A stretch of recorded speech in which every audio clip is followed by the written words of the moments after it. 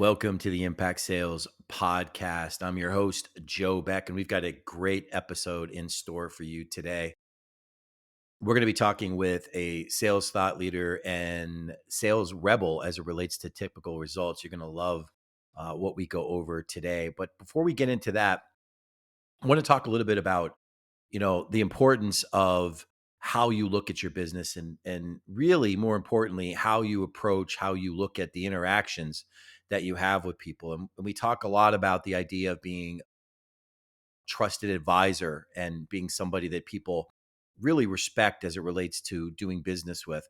But it's also important to keep in mind that, we should do our very level best in every interaction to really take the approach of being a servant leader or somebody who is really given towards trying to help that person in any possible way. Sometimes those ways will benefit our own business. Sometimes those ways may not benefit our own business. It may be that the best thing for your prospect may be going in a different direction or working on something else with somebody else.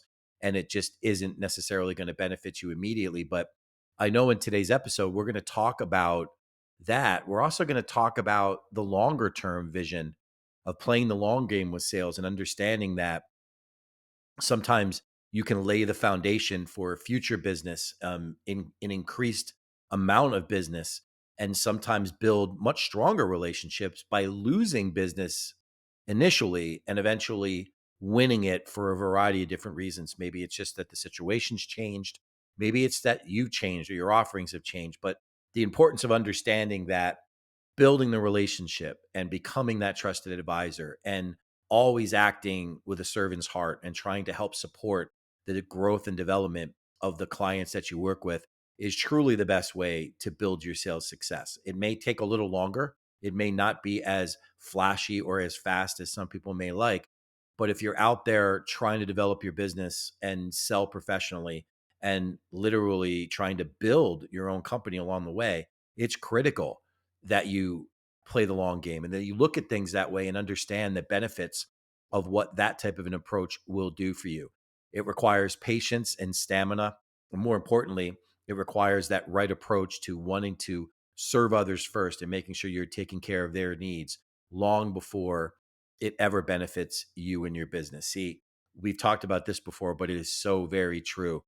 Nobody truly cares exactly what you offer. They care what it will do for them, how it will impact their world, how it will make their life easier or better or more fruitful. But ultimately, they don't really care about what you offer and what it does. They care about the impact it will have on them. So the X factor, the differences are who you are, how personable you are. Can they trust you? Do they like you? Do they read and interpret you as a sincere professional that's really going to help their success? And our guest today is absolutely going to open those things up. I'm going to give you a little insight into what to expect. He's been teaching sales teams how to rebel against typical results. He's a coach, trainer, and consultant. He was a 10-time Copier Sales Rep, 10 times the number one Copier Sales Rep. He's a speaker and author. He's the founder and chief sales officer of Sales Rebellion. Don't go anywhere. Coming up, my guest at the Impact Sales Podcast, Dale Dupree. Stay tuned.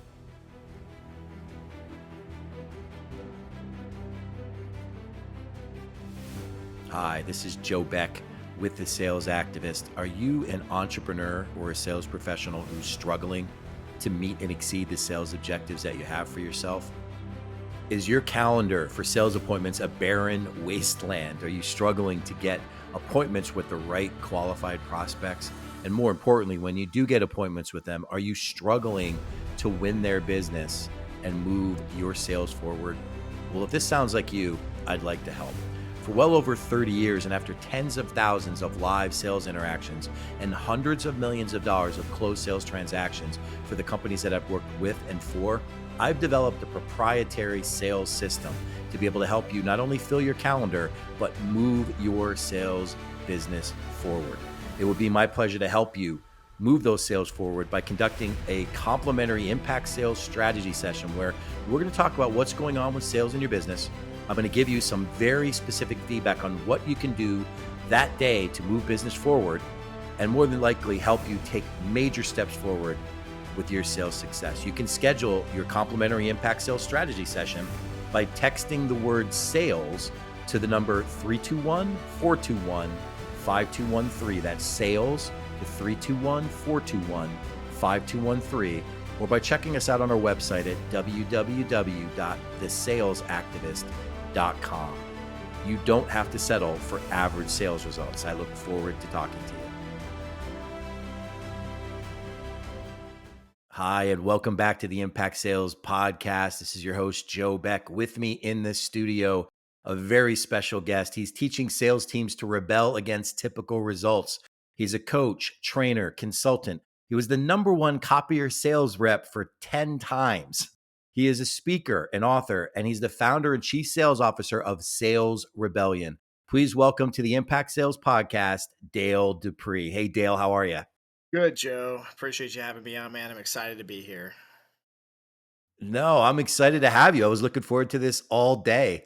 Um, Nothing like two sales guys getting together and talking about sales.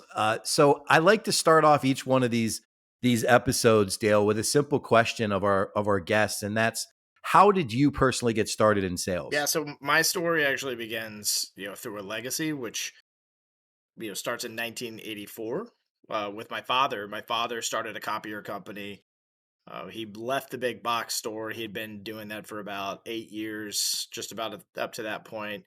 Decided that there was a better way, much higher gold standard than what was being delivered to his community and customer base, and just in general, from a sales perspective, a much more efficient way to do it and to be in sales and to love yourself, all at the same time, right? So that would be what my dad would tell you, in my opinion, if he was here today. But I digress. I was born a year later with toner running through my veins in 1985, which is what people like to say. So I was kind of like predestined to get into the industry. It's a crazy thought, but most of the copier companies that are out there, they're typically family owned and operated, and they're on a generation. So it's either, the grandson or the great granddaughter or the son or the aunt, like it's all generational though, in regards to who's running it in the majority of copier businesses out there, which is kind of a weird thought. Like whenever I say copier sales, people stare at me like I'm insane, and they used to do that back in 2007 when I first got in. And even even before then, in 2003, when people would ask me, "What does your dad do for a living?" So in 2022, you can even only just imagine what people say when I tell them things like, "Yeah, I train copier sales reps." And they're like, "What?" Like, it's like train them to not be in copier sales anymore. So that's really truly how I got my start, was through choices that somebody else made that prompted me, to basically become the prodigal son, going from music, coming back and selling copy machines, and ended up in sales for the rest of my life so far. Wow, that's great. That's a great story. So, it's amazing how many times entrepreneurs are born from the entrepreneurial spirit of somebody else. In this case, your dad breaking out of the big box store, which I'm sure in 1984 was a scary proposition, right? And you know, it's one of the things too. It's funny when you talk about copier sales, and I spent time working with one of those exact type organizations. It was a family run company. It was very very close knit, and people don't necessarily realize that the backbone of that industry are those family run businesses. They just think of the big names that they hear, and they think that that's the company, not realizing that the company itself is usually smaller, and they may represent a brand or a line or whatever it may be. But so born with toner in your veins kind of forces you down that path.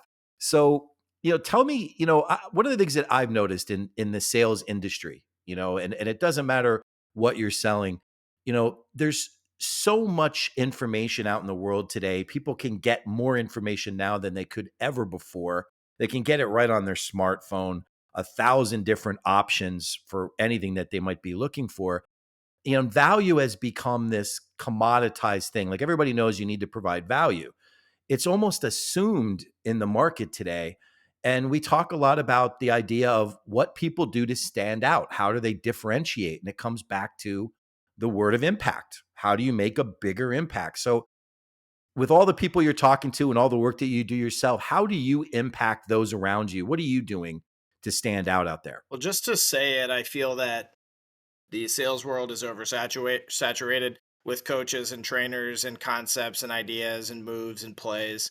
And so I think it's really important for people to hear that, because when I was coming up and I was trying to figure out, well, how do I get better in sales? It was like the people that I could mention, they'd be looked at as, most in this generation, as relics at this point. But because I got started so long ago. But I digress. The thought was is that as I started to learn from all these different groups and peoples and organizations, I started to slowly realize that a lot of this is kind of like a essentially a manufactured way to sell, and that's not what sales is. Unfortunately, those types of concepts and all the moves and tricks and plays and all the different systems that are out there. I'm not saying that any of them are bad by any means, and you can be strictly a commodity and transactional style salesperson and make a lot of money, right? But I do believe that there's a better way.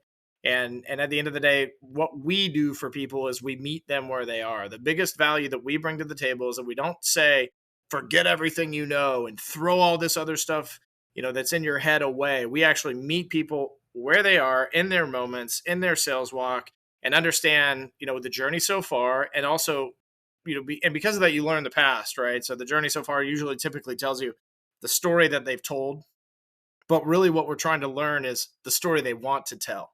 And then using the experiences of what they've had so far, even if they're brand new to sales, right? Because we believe that everything is sales, right? So, well, I believe like a teacher, sells structure, that a janitor sells a clean environment, that a broker sells a network, buyer sells themselves. If we really sit back and think about all the different roles, positions, and understand that every single person at some point in their day is selling in those positions, it's much easier to really truly understand the power of what you currently control and have, like, right there inside of you, outside of hiring the sales rebellion to coach you, or any of the groups that are out there, right? That when people come into our system, we typically tap into that first. We say, well, like, we know you needed help, and so you came to us for that help, but we want to start with your self-worth and belief. We want to start with your journey so far. We want to write the future story with you, but it's very important that we understand where we're meeting you in this moment, so that we can truly have the kind of impact that's necessary, because there's a lot of things that come with where you're at right now, as opposed to what did it like, hey, I need to get better at closing. Okay, well, what does that mean? Like, where are you right now? Why do you even make that statement in the first place? Tell us, in more detail what that looks like. And then we customize, what it is that we build out for people around those concepts. So this way that we're not, taking people through this very structured, very rigid framework. Instead, we're taking them through something that flows very naturally with things that they're looking to accomplish, and also things that they already understand. So hopefully that's a good explanation of what it is that we do and how we provide impact. No, that's great. And I think you're absolutely right. I think there's nothing wrong with those transactional type elements that are out there where people can make a living in sales. And a lot of times that's more on some of the smaller ticket items that are out there, things that are easier. Cause we've advanced to a society where you can go on a landing page, enter your credit card information and do a lot, right? And in some models, that's considered a sales transaction, depending upon how they're provided that information. But I'm just going back to one of the things you said. You mentioned about being a relic. I'm like, oh, wow, my first sales job, I started in 1990. What does that make me, a fossil at this point? But you're so right, though, in one of the things that you mentioned, which is everybody comes into it in a different place, in a different way. And, one of the things that I've noticed out there is there's this just huge gap between a lot of the people that are out there talking about sales that don't necessarily have true practical experience versus the people that are out there that have actually carried a bag, that have actually hit the street, that have actually knocked on doors and pressed the flesh. And, it's one of the things that, I pride myself on in the coaching work that I do is like, I had the path to go administrative and I did that for part of my career, but I never stopped carrying a bag because I never wanted to get away from the sales interaction. And I think that's one of those lost arts now because people have really lost a lot of the elements of relationship selling and the importance of digging deep with their prospects and maybe exploring a little bit more than what they want to. Everybody is sensitive about going too far and making people feel uncomfortable. Maybe you just need to ask better questions and get to know your prospects better. And I know a lot, obviously, in your origin story of being in copier sales, that man, that was a relationship sale, because that was a big product for a small business to be purchasing or leasing or whatever they were doing. And you built a lot of relationships. You had to. I mean, am I right about that? Yeah, 100%. But what I would say to that though is that a lot of people weren't building relationships. They were building false relationships. Like they might have thought they were building relationships, but there was a church that was in my local area that was very large, and it was a solid, 70, $80,000 transaction. On the front end, and then aftermarket sales on top of it that were pretty, extensive. And everybody that's listening, like, a church spends 80,000. Yeah, I could tell you some stories about what people spend on copy machines and like the weird industries that they're in, right? But I digress. These people, when I first cold called them, told me, "Hey, we've been with the same guy for 17 years. We're coming up on at the, we have a year left on our contract, so we're taking bids right now, but we're just letting you know up front. He goes to church here too, so we're pretty loyal to him. And so if that deters you from throwing your hat in the ring, we totally understand. We're probably just going to stick with him," right? They were very upfront about that.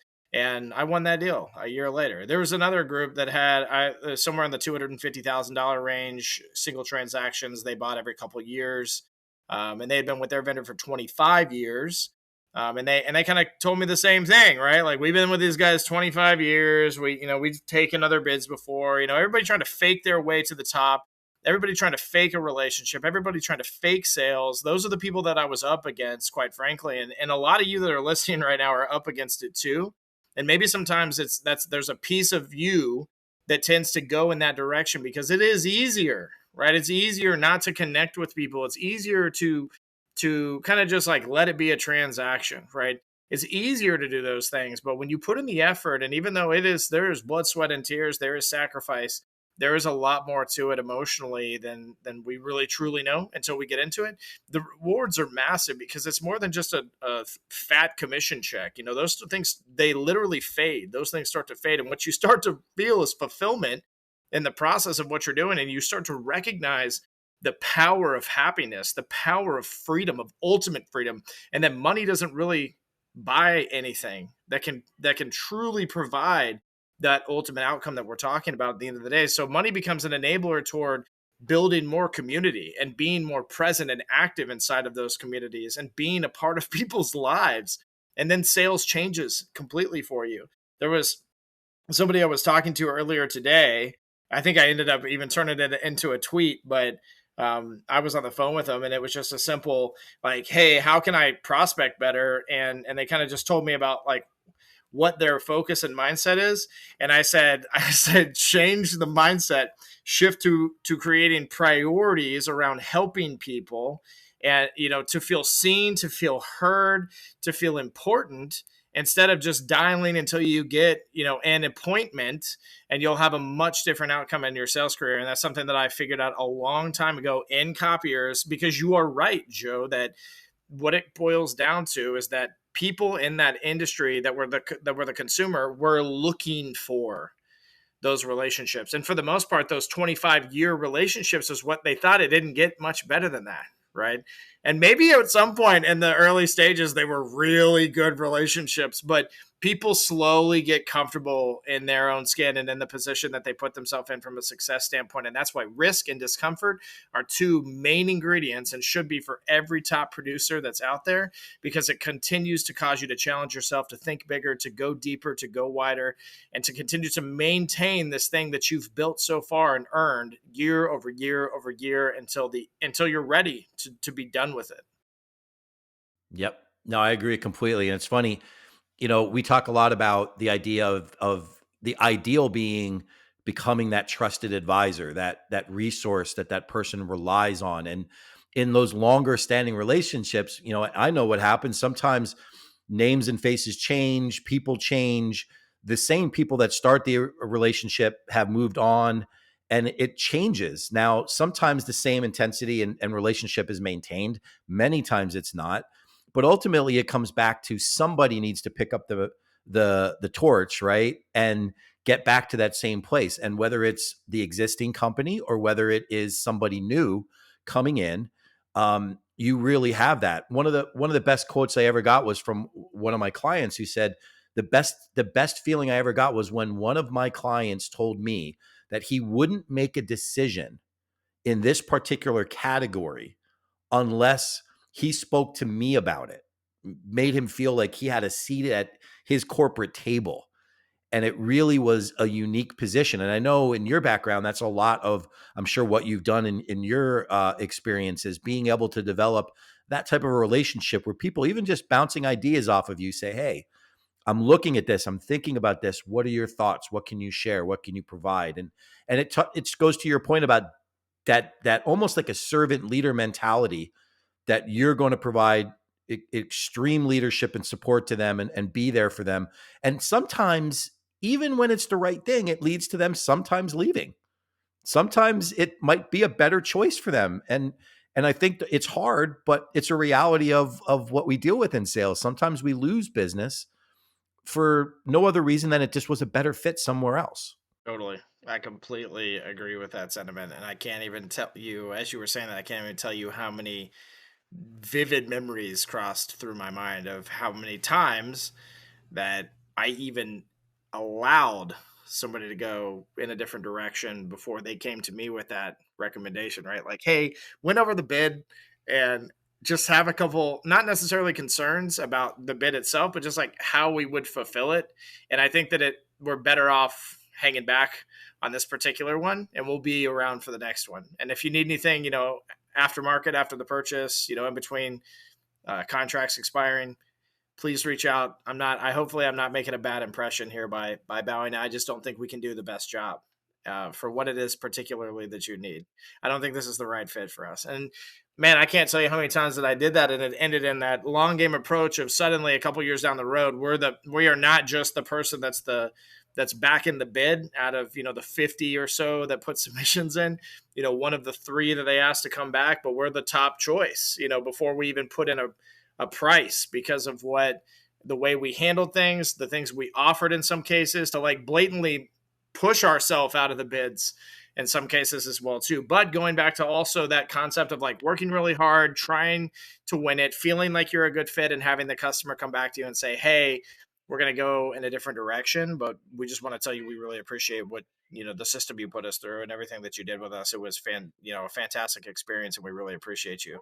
It's like we call it the best no you ever got, right? Like inside of the rebellion, that's kind of the mindset that you need to take. But I feel like that's something that a lot of sales reps just don't think about, and so it needed to be said. Yep. No, I agree completely. And it's yeah, it's important. I want everybody that's listening to this, especially if you're out there stressing and pressing for that next transaction, trying to move things forward, to what Dale just said, it is the long game. And you have to recognize that just by saying no, it does not mean never. It just means not right now. And sometimes the best thing that you can do is show that complete integrity and say, look, the best choice for you is this path. And maybe down the road, we'll have the opportunity to work together. It does come back to you. And I know Dale's experienced it many times. I know I've experienced it, where that person comes back later, and maybe in the form of directly working with you, maybe in the form of referrals, but it comes back and benefits you because people respect that. They respect that professional that's willing to say, this is the right thing for you. I'm going to put your needs first. I'm going to put your business first. It's about building a relationship and not focusing on a transaction. And that's so powerful in today's marketplace. It really helps you stand out. There's no question. Yeah, I always like to say, are you playing a game, or are you portraying the lifestyle of a servant leader on a daily basis in a very altruistic fashion? Because a lot of times people do look at sales as this like game, like this song and dance, this dog and pony show, whatever you want to call it. It really, what sales is it's determination, it's grit, it's integrity, it's effort, right? And at the end of the day, those things don't necessarily have the best outcomes attached to them from the perspective of selfishly what we would desire. And so we have to disconnect from all the preference, all the expectation, and we have to say this is going to make me a better person through this process. Like learning sales, doing sales, getting deeper into my community. It's also going to make me a better person. I'm going to be able to bless people with this thing that I am good at, and that God's given me a gift around, and also that when it comes to the value I bring from the perspective of services, products, whatever it is specifically you're selling, subscriptions, right? Whatever it is, that what you're putting into somebody's hands when they buy it from you is bigger than just a toy and or a tool. It's something that can literally make their lives better at their office. When you make someone's life better through a simple process of, scanning and printing, right? It might sound meaningless to most people listening right now, but I literally watch the quality of these people's lives at work change and the difference that that made for them, and how when I came through the door, they were excited to see a guy like me because it was more than just, oh, that's the dude that sold us our copiers. It was a relationship built on credibility and trust. And thankfully, as a bonus, I was likable from with most of these people. And so when they can like you on top of everything else, right, then it's a done deal. Because there's really nobody out there that's ever said, we're gonna go with this sales rep because we don't like him, right?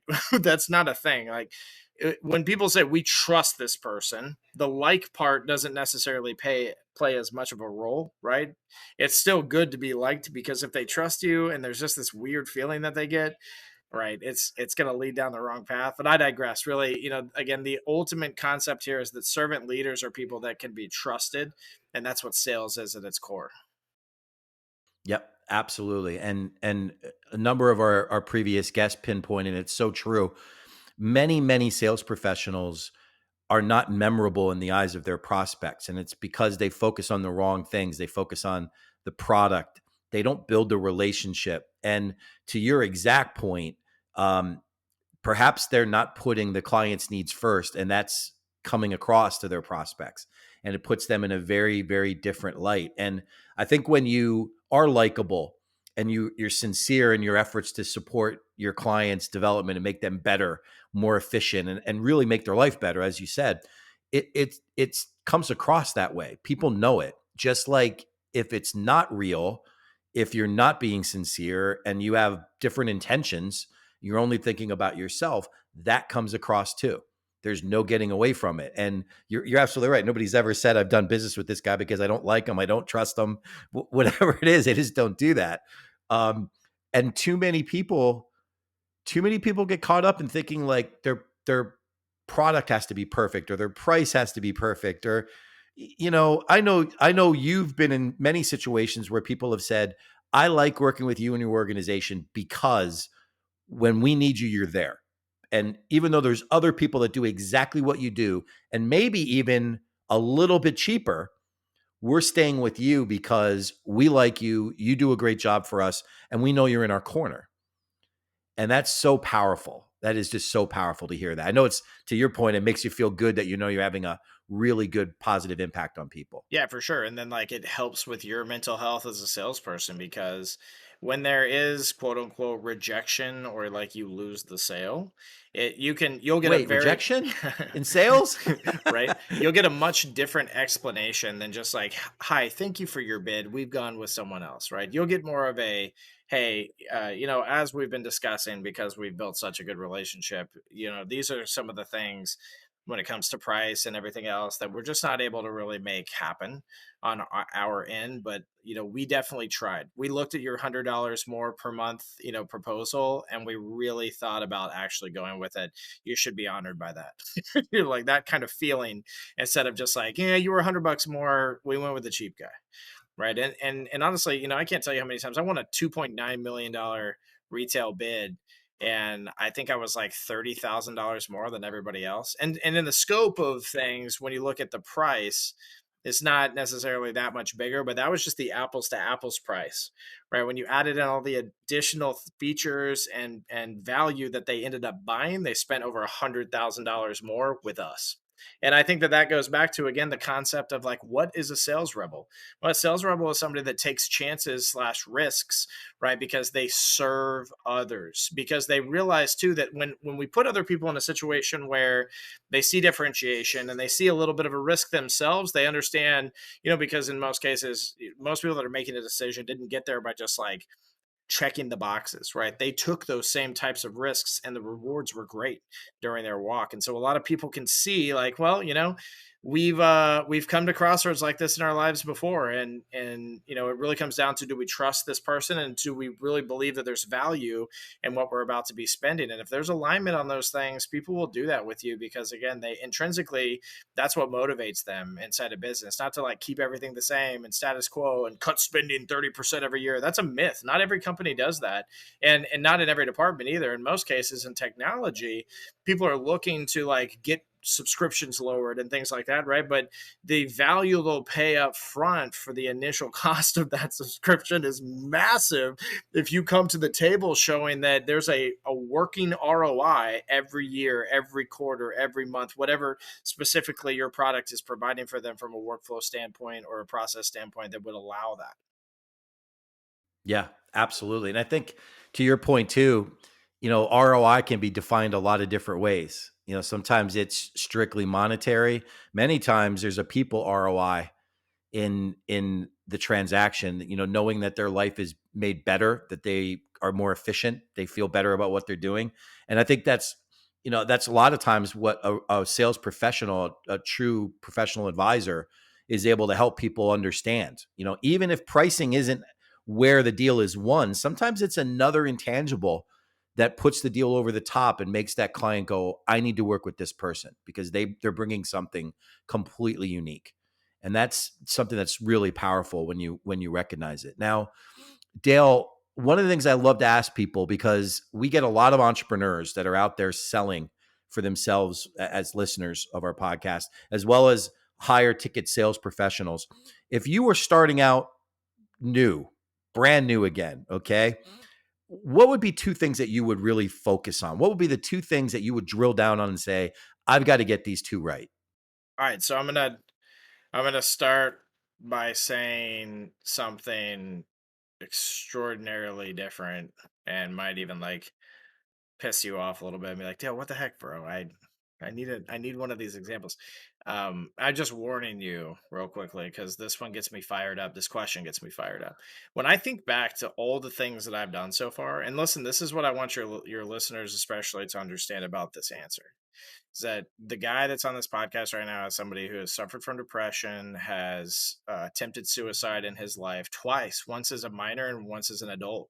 And from the perspective of, again, like failure, the things that I've gone through emotionally, the trauma that I've experienced, there's a lot to my story that, when I look back at every little thing that I've done to get to where I am today, the one thing that I recognize is super important is that, when there are things for sure in my life that I look at and I go, gosh darn, I wish that I tapped into this a lot sooner, or I say, I wish that I understood this at an earlier age. And then almost immediately I take it back. And I'll tell you why. Because if I didn't have the failure that I had coming to the place that I am today, if I didn't have the experiences, if I didn't survive through some of the things that I survived, I would not have the clarity, the happiness, the fulfillment, and the future vision that I do as Dale Dupree. If I would have taken the shortcuts and said like, yeah, some of this isn't even a shortcut. Like the things I was doing were stupid, right? So maybe I could like swap those out. Well, I get all that out of my head, Joe, almost immediately when I start talking about that type of thing. I say, nope.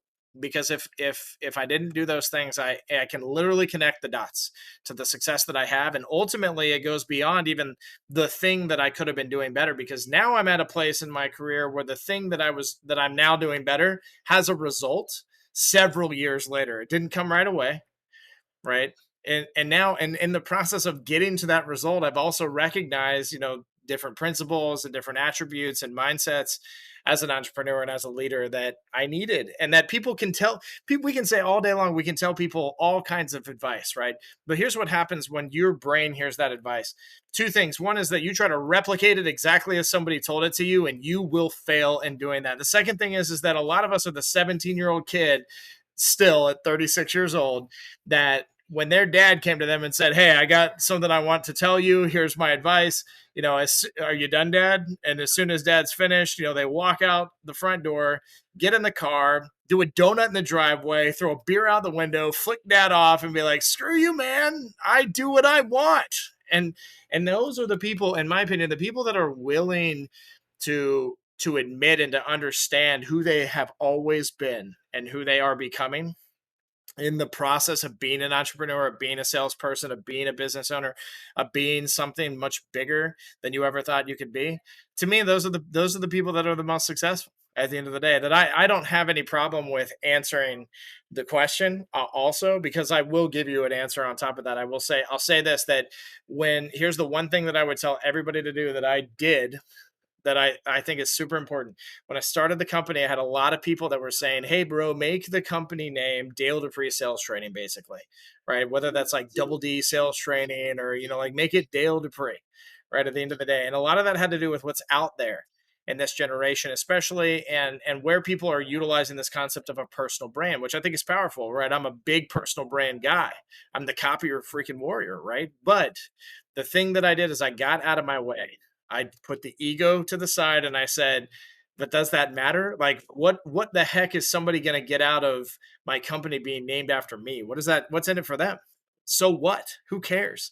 Well, what if I built a movement? What if I built something, that a company name, that it was more than just the concept of sales training, but was something that was much bigger and broader and wider, that could have an impact on individual people, on their families, on the people that their clients. So, right. So, like, looking like deeper into that onion layer, than thinking much more extravagant than just like, yeah, we'll just keep it basic for now and see what happens later. Like, my advice to people is that the one thing that I would always do over and over again is I would go nuts when I started. If I start another company, I'll go nuts about the people we serve, the audience we want to buy into it, and not ourselves. Take yourself out of the equation in the process, and it will change not just the trajectory of your business, but your life. The way that your life will start to evolve at that point will be something far greater than ever imagined. No, that's a great answer, Dale. I'll tell you what, that's so critical in the success of what people are doing. And I'm so happy that you answered it that way. Now, um, before we wrap up, how can people follow you and Sales Rebellion? Yeah, so if all my LinkedIn fanatics out there, you can find me pretty easily. LinkedIn.com/IN /IN /Copier Warrior. And then we're on every social platform. So you can find the corporate brand on LinkedIn as well too, which I highly recommend following as well. It's got some good satire, and there's some great communication and conversation in the comments on those posts. But you can head to any social platform, and just type in at Sales Rebellion, whether it's Instagram, TikTok, Twitter, you name it. You can find us on all those different spaces. A lot of the thoughts are my own, but the company, the brand, is, for me, is just an extension of what the Copier Warrior has built, and it's something that people own more than myself, right? Community owns more than myself. That's why I recommend also, when you're buying into the corporate structure of our company, that you understand that it's built for you. It's not built as a disconnected organization. It's not built as some kind of, white tower, ivory tower, in the middle of nowhere that only the elite can get into. We have created something that's on the ground floor, that fights alongside you, and that is part of your daily walk, from the perspective of what we talked about earlier, servants as salespeople. And so, with that said, too, head to our website, Sales Rebellion, thesalesrebellion.com. Click on the Join the Community tab up in the top right. Head over to our Slack channel and come and just ignite conversation within the Rebellion community, and also with all of the members of the Rebellion internally, all the staff, my CEO, Jeff Villegas, myself, everybody that's over at the organization. We'd love to meet you. I'd love to have you. Oh, that's awesome. Thank you, Dale. So I want to thank you so much for taking this time to be with us here on the podcast. Our special guest today was Dale Dupree, and before we wrap up, we like to say to everybody: sell better and impact the world. Thanks, Dale. Hi, this is Joe Beck with the Sales Activist. Are you struggling to fill your calendar with qualified sales appointments And more importantly, when you get your calendar full, are you struggling to win new business for yourself or for your company? Well, if this is you, I'd like to help. For well over 30 years, and after tens of thousands of live sales interactions and hundreds of millions of dollars of closed sales transactions with the companies that I've worked with and for, I've developed a proprietary sales mastery system to help you move your business forward in a big way. Over the years, I've had the great honor of working with over 3,500 entrepreneurs and sales professionals in the development of their business, and I would like to do the same for you. If you're struggling with sales, you're not alone. It's not uncommon at all for entrepreneurs or sales professionals to go through dry spells and to struggle with sales in their business. But we can turn all that around with a complimentary impact sales mastery session where I will get on the phone with you. We'll talk literally about what's going on with sales in your business. And more importantly, I'll give you some immediate actionable steps to take to move sales forward in your business. You can schedule your complimentary sales strategy session by texting the word sales to the number 321 421 5213. That's sales to 321 421 5213, or by reaching us on our website at www.thesalesactivist.com. I look forward to talking to you soon. Welcome back to the Impact Sales Podcast. This is your host, Joe Beck. And wow, what a segment with Dale Dupree. I feel like I found my sales kindred spirit in talking about what was going on with sales and how he looks at things and how he works with people. I'll tell you what, there is so much out there by way of great content and information and things about selling. But I will tell you that one of the most important things that you can do for yourself and your business is to find what works for you, find what truly resonates for you. But as long as it's centered on one thing, and Dale touched on this, is being a true servant leader, being somebody who's out there trying to truly add value and bring value to people and impact them in a positive way. No matter what your style is, no matter how you approach it, it should definitely be your own, but it should be centered in that approach. Make sure that you put your clients and prospects first, put them in a place where taking good care of them is your number one goal and objective, and play the long game with sales and developing those types of relationships. It will have a huge impact on your success. If you are out there stressing and pressing, trying to move sales forward for your business, I promise you that that stress can sometimes come off the wrong way in talking to people. So the number one thing that you can do to ensure your success at this point is to make it all about your prospects. Make it all about your clients. Do the very best you can for them. The sales will happen. You will find those opportunities coming your way, but it's all about developing that relationship and putting their needs first. Make a commitment to having a huge impact on the success of everybody that you work with, and your sales results will soon follow.